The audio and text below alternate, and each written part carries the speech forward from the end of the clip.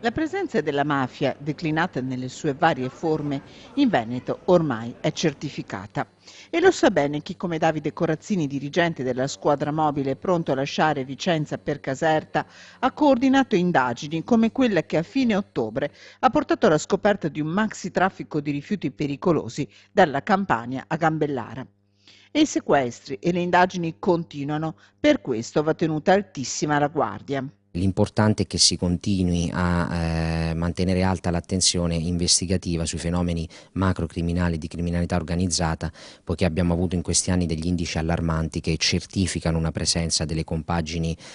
mafiose nel tessuto sociale o più che altro nella regione Veneto, e lo dimostrano delle indagini che abbiamo svolto sul traffico di rifiuti o in materia di droga, che sicuramente lasciano prefigurare organizzazioni criminali strutturate che si stanno insinuando in questo territorio e che vanno assolutamente contrastate. Una piovra che inquina e che purtroppo spesso riesce a ottenere la complicità di un tessuto economico locale provato dalla lunga crisi. Ma alla città di Vicenza arriva un ringraziamento per una capacità di collaborazione che non ha pari. Sono rimasto veramente